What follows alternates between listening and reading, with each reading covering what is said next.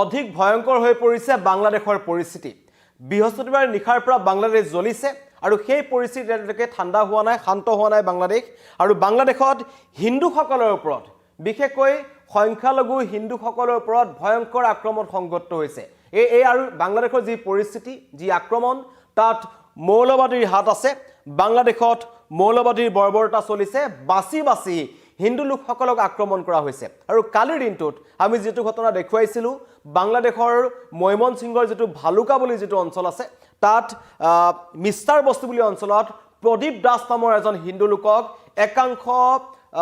মৌলবাদীৰ সমৰ্থকে তেওঁক ৰাজপথত লাঠিৰে মৰিয়াই হত্যা কৰিলে তাৰ পাছত তেখেতক এডাল গছত উলমাই দেহত অগ্নিসংযোগ কৰি মৃতদেহটো জ্বলাই দিয়া হ'ল এয়া হৈছে বাংলাদেশত হিন্দুৰ ওপৰত হোৱা আক্ৰমণ আৰু সেই ঘটনাৰ পাছতেই এটা বাংলাদেশত যিমান সংখ্যক হিন্দু লোক আছে কম সংখ্যক যি সংখ্যালঘু লোকসকল আছে হিন্দু লোকসকল আছে তেওঁলোক কিন্তু ঘৰৰ পৰা বাহিৰলৈ ওলাব পৰা নাই তেওঁলোকক ঘৰৰ ভিতৰতে আবদ্ধ হৈ পৰিছে তেওঁলোকৰ জীৱনৰ চৰম নিৰাপত্তাহীনতাত তেওঁলোক ভুগিছে যিকোনো মুহূৰ্তত তেওঁলোকৰ ওপৰত আক্ৰমণ হ'ব পাৰে কাৰণ বাংলাদেশত এতিয়া মৌলবাদীৰ ভয়ংকৰ উত্থান হৈছে আমি আগষ্ট মাহৰ পৰাই দেখিছিলো যেতিয়াই ছাত্ৰ আন্দোলন হ'ল তাৰ পিছত আৱামী লীগক উফৰাই দিয়া হ'ল আৰু মহম্মদ ইউনুছে এখন চৰকাৰ গঠন কৰিলে তেওঁলোকৰ এখন ছাত্ৰ সমাজৰ সৈতে মিলি তেওঁলোকে যিখন চৰকাৰ গঠন কৰিলে সেইখন চৰকাৰ কিন্তু মৌলবাদৰ পৃষ্ঠপোষক এখন চৰকাৰ হ'ল আৰু তাৰ পাছতেই বাংলাদেশত মৌলবাদে অধিক সক্ৰিয় হৈ হ'ল আগতেও মৌলবাদী শক্তি আছিল বাংলাদেশত ধৰ্মৰ নামত তেওঁলোকে একাংশই কিছুমান বৰ্বৰ ঘটনা সংঘটিত কৰিছিল কিন্তু মহম্মদ ইউনুছে তেওঁলোকক বৰপিৰা পাৰি দিলে আৰু তাৰ পাছত এতিয়া বাংলাদেশত পৰিস্থিতি অধিক ভয়ংকৰ হৈ পৰিছে আৰু এই সমগ্ৰ ঘটনাক আৱামী লীগৰ ফালৰ পৰা আৱামী লীগৰ এজন নেতাই তেওঁ অভিযোগ উত্থাপন কৰিছে যে এই যে বাংলাদেশৰ পৰিস্থিতি হিন্দুৰ ওপৰত আক্ৰমণ হৈছে সংবাদ প্ৰতিষ্ঠানৰ দুটাকৈ সংবাদ প্ৰতিষ্ঠানৰ অগ্নিসংযোগ কৰা হ'ল তাৰ ভিতৰত বহু সংখ্যক সংবাদকৰ্মী তাত আবদ্ধ হৈ থাকিবলগীয়া হ'ল আৰু ভাৰত বিৰোধী এটা ঢৌ তাত আৰম্ভ হৈছে ভাৰত বিৰোধী এটা প্ৰতিবাদ সাব্যস্ত হৈছে কাৰণ যিজনৰ মৃত্যু হৈছে ইনকলাব মঞ্চৰ উছমান হাদি 12 ডিসেম্বৰ দিনাখন তেখেতে ঢাকাৰ পুৰণা পল্টন অঞ্চল আছে তাত তেওঁ নিৰ্বাচনী প্ৰচাৰ চলাবলৈ গৈছিল প্ৰচাৰ চলাবলৈ যোৱাৰ সময়তে অচিনাক্ত দুৰ্বৃত্তই তেখেতক গুলীয়া হত্যা কৰিলে আৰু তেখেতক সংকটজনক অৱস্থাত ছিংগাপুৰলৈ প্ৰেৰণ কৰা হৈছিল কিন্তু বুধবাৰে নিশা তেখেতৰ মৃত্যু হয় আৰু তাৰ পাছৰ পৰা এটা উত্তপ্ত পৰিস্থিতিৰ সৃষ্টি হৈছে বাংলাদেশ জ্বলিছে অভিযোগ উত্থাপন হৈছে যে ভাৰত বিৰোধী নেতা আছিল এজন উছমান হাদি যিজনৰ মৃত্যু হ'ল তেওঁ বাৰম্বাৰ ভাৰতৰ বিৰুদ্ধে মন্তব্য কৰি আহিছিল আৰু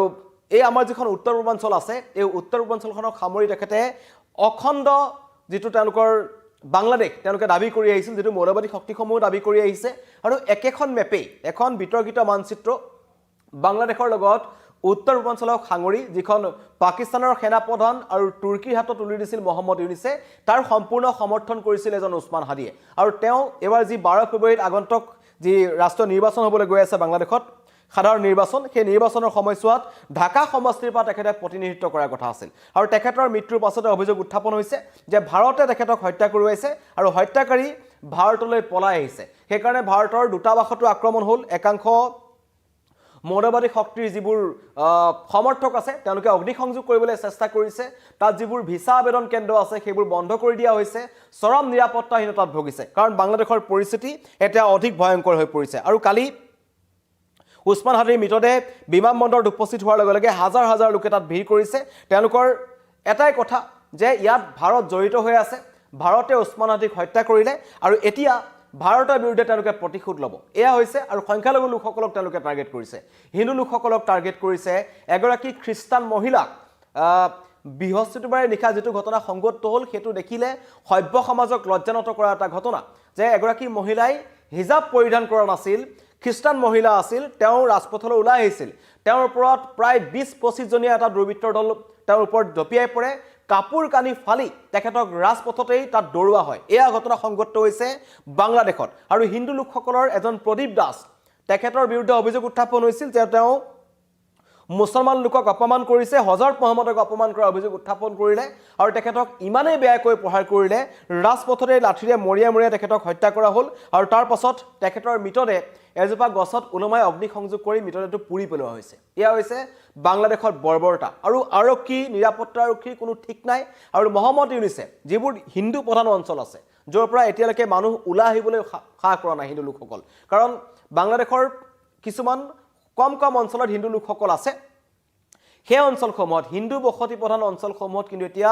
মানুহ বাহিৰ ওলাবলৈ ভয় কৰিছে কাৰণ হাজাৰ হাজাৰ মৌলবাদী শক্তিৰ সমৰ্থক ৰাজপথত ঘূৰি ফুৰিছে তেওঁলোকৰ হাতে হাতে তেওঁলোকৰ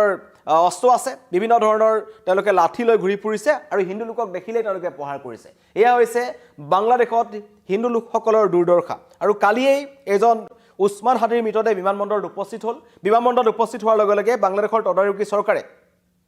দেশখনৰ চৰকাৰক বা দেশখনৰ জনতাক শান্তি শৃংখলা বজাই ৰাখিবৰ কাৰণে বাৰম্বাৰ আহ্বান জনাইছে কিন্তু হেতু অতি ৰহস্যজনক কথা কেৱল আহ্বান জনায়ে হাত সামৰিছে মহম্মদ ইউনুছে যিবোৰ অঞ্চলত হিন্দু বসতি প্ৰধান অঞ্চল আছে সেই অঞ্চলসমূহত তেওঁলোকে নিৰাপত্তাৰ ব্যৱস্থা কৰা নাই বা হিন্দু লোকসকলৰ যিবোৰ ব্যৱসায়িক প্ৰতিষ্ঠান আছে যিবোৰ অগ্নিসংযোগ কৰা হৈছে সেইবোৰ ৰোধৰ কাৰণে তেওঁলোকে কোনো ধৰণৰ ব্যৱস্থা কৰা নাই হেতু আমি আগৰ পৰাও দেখিছিলোঁ যেতিয়াৰ পৰাই ছাত্ৰ আন্দোলন হ'ল আৱামী লীগৰ ওপৰত আক্ৰমণ হ'ল হিন্দু লোকসকলৰ ওপৰত যেতিয়া আক্ৰমণ হৈছিল সেই আক্ৰমণ প্ৰতিৰোধৰ কাৰণে মহম্মদ ইউনুছৰ চৰকাৰে কোনো ধৰণৰ ব্যৱস্থা গ্ৰহণ কৰা নাছিল আৰু আজি দিনৰ 2 বজাত ঢাকাৰ ৰাষ্ট্ৰীয় সংসদৰ সাউথ পেজত অন্ত্যেষ্টিক্ৰিয়া সম্পন্ন কৰা হ'ব উছমান হাদিৰ যিজনৰ মৃত্যুৱে বাংলাদেশৰ ৰাজনৈতিক আৰু ভৱিষ্যতৰ কাৰণে যি ভৱিষ্যত প্ৰজন্ম আছে তেওঁলোকৰ ৰাজনৈতিক ক্ষেত্ৰটোৰ কাৰণে বা সামাজিক ক্ষেত্ৰটোৰ কাৰণে এটা অপূৰণীয় ক্ষতি বুলি মহম্মদ ইউনুছে দাবী কৰিছে তেওঁ ৰাষ্ট্ৰীয় শোক ঘোষণা কৰিছে আজি তেখেতৰ নশ্বৰ দেহৰ অন্ত্যেষ্টিক্ৰিয়া সম্পন্ন কৰা হ'ব কিন্তু তাৰ সমান্তৰালকৈ বাংলাদেশৰ যি পৰিস্থিতি আছে তাত কৰবাত নহয় কৰবাত পাকিস্তানৰ হাত থকাৰো প্ৰসংগ উত্থাপন হৈছে কাৰণ শেহতীয়াকৈ বাংলাদেশৰ সৈতে পাকিস্তানৰ হলিগলি বৃদ্ধি পাইছিল কেইবাবাৰো পাকিস্তানৰ সেনাপ্ৰধানে বাংলাদেশ ভ্ৰমণ কৰিছিল বা মহম্মদ ইউনুছ নিজেও গৈ বাংলাদেশৰ সৈতে তেওঁলোকে সামৰিক চুক্তিত স্বাক্ষৰ কৰিছে অপাৰেশ্যন সিন্দুৰৰ সময়ত আমি দেখিলোঁ যে আওপকীয়াকৈ বা পোনপটীয়াকৈ মহম্মদ ইউনুছে পাকিস্তানক সমৰ্থন কৰিছিল আৰু ভাৰতক পাৰমাণৱিক আক্ৰমণ কৰাৰ তেওঁ ভাবুকি প্ৰদান কৰিছিল এয়া হৈছিল মহম্মদ ইউনুছৰ কিছুমান মন্তব্য যি বাংলাদেশৰ এতিয়া বৰ্তমান তদানীন্তন চৰকাৰ চলাই আছে আৰু সেইখন চৰকাৰ চলি থকাৰ সময়তেই বাংলাদেশ কিন্তু বেয়াকৈ জ্বলিছে আৰু এতিয়া বৰ্তমানৰ যিখন চৰকাৰ আছে সেইখনৰ কূটনৈতিক নীতি ৰাষ্ট্ৰৰ নিৰাপত্তা উলংঘা আন্তঃৰাষ্ট্ৰীয় আইন ভংগ কৰাৰ গুৰুতৰ অভিযোগ উত্থাপন কৰিছে আৱামী লীগে আৰু আৱামী লীগৰ যিগৰাকী নেত্ৰী প্ৰাক্তন যি প্ৰধানমন্ত্ৰী শেখ হাসিনা তেওঁ বৰ্তমানো ভাৰতত আছে আৰু তেখেতক আশ্ৰয় দিয়াৰ কাৰণে ভাৰতৰ পৰা তেখেতক প্ৰত্যাপন কৰিবৰ কাৰণে তেওঁক লৈ যাবৰ কাৰণে বাংলাদেশৰ এখন মহম্মদ ইউনুছৰ চৰকাৰে যথেষ্ট চেষ্টা কৰি আছে ইণ্টাৰপলৰ জৰিয়তে তেওঁলোকে চেষ্টা কৰি আছে যাতে লৈ যাব পাৰে আৰু তেখেতৰ বিৰুদ্ধে গণহত্যাৰ বিচাৰ চলাব লাগে তেওঁৰ বিৰুদ্ধে ইতিমধ্যে ঢাকাত তেওঁলোকক মৃত্যুদণ্ডৰ ৰায় প্ৰদান কৰিছে হাসিনাৰ বিৰুদ্ধে আৰু সেইখন চৰকাৰক এই মহম্মদ ইউনুছৰ চৰকাৰখনক এতিয়া কোৱা হৈছে যে বাংলাদেশত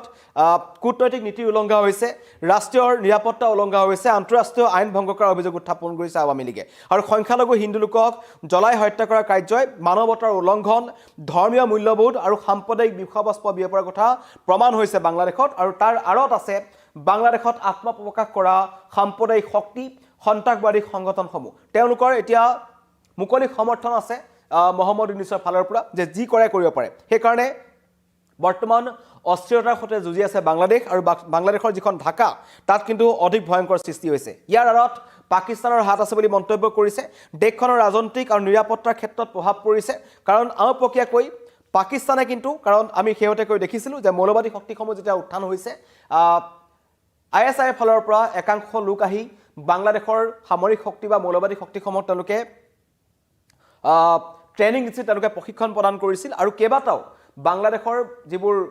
মৌলবাদী শক্তি আছে বা তেওঁলোকৰ যিবোৰ সন্ত্ৰাসবাদী সংগঠন আছে তেওঁলোকৰ একাংশ কেডাৰে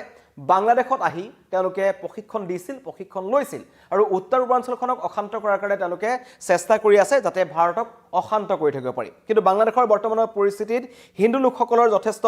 অসুবিধা হৈছে কাৰণ তেওঁলোকে ঘৰৰ পৰা ওলাই আহিব পৰা নাই ৰাজপথত হাজাৰ হাজাৰ মৌলবাদী সমৰ্থক ঘূৰি ফুৰিছে যিকোনো মুহূৰ্তত তেওঁলোকৰ ওপৰত আক্ৰমণ হ'ব পাৰে কাৰণ কালিৰ দিনটোত আমি দেখিলোঁ যে দীপক দাসৰ লগত যিটো ঘটনা সংঘটিত হ'ল বাছি বাছি হিন্দু লোকসকলক আক্ৰমণ কৰা হৈছে বৌদ্ধ ধৰ্মৰ লোকসকলক আক্ৰমণ কৰা হৈছে খ্ৰীষ্টান লোকসকলক আক্ৰমণ কৰা হৈছে কাৰণ এই সমগ্ৰ বাংলাদেশৰ এই যিটো অৰাজক পৰিস্থিতি আছে বা যিটো বাংলাদেশৰ বৰ্তমানৰ অগ্নিগৰ্ভ পৰিস্থিতি আছে তাৰ আঁৰত আছে মৌলবাদী শক্তি কাৰণ তেওঁলোকৰ বৰ্বৰতা চলিছে বাছি বাছি হিন্দু লোকসকলক আক্ৰমণ কৰা হৈছে আৰু উছমান হাদিৰ মৃত্যুৰ পাছত যি বাংলাদেশৰ গৰিষ্ঠ সংখ্যক যিসকল লোক আছে তেওঁলোকৰ এটাই অভিযোগ যে এই হত্যাকাণ্ডৰ আঁৰত ভাৰত জড়িত হৈ আছে ভাৰতে উছমান হাদিক হত্যা কৰালে আৰু উছমান হাদিক হত্যা কৰা দুৰ্বৃত্তসকল ভাৰতলৈ পলাই আহিছে সেইকাৰণে বাংলাদেশৰ দূতাবাসত থকা ভাৰতৰ উচ্চায়ুক্তক তেওঁলোকৰ বিদেশ মন্ত্ৰালয়লৈ তলব কৰিছিল আৰু কৈছিল যে ভাৰতে এই ক্ষেত্ৰত সহযোগিতা কৰক কোনো কাৰণত যাতে উছমান হাদিৰ হত্যাকাৰী ভাৰতলৈ পলাই আহিব নোৱাৰে আৰু ভাৰতেও ইতিমধ্যে এই কথা স্থিতি স্পষ্ট কৰিছে যে বাংলাদেশৰ যেটো অভিযোগ উত্থাপন হৈছে যে উছমান হাদিৰ ক্ষেত্ৰত কৰবাত নহয় কৰবাত ভাৰত জড়িত হৈ আছে ভাৰত তাত জড়িত নাই এই কথা মন্তব্য কৰা হৈছে কিন্তু বাংলাদেশত সংখ্যালঘু লোকসকলৰ ওপৰত ভয়ংকৰ আক্ৰমণ চলিছে বাছি বাছি হিন্দু লোকসকলক আক্ৰমণ কৰা হৈছে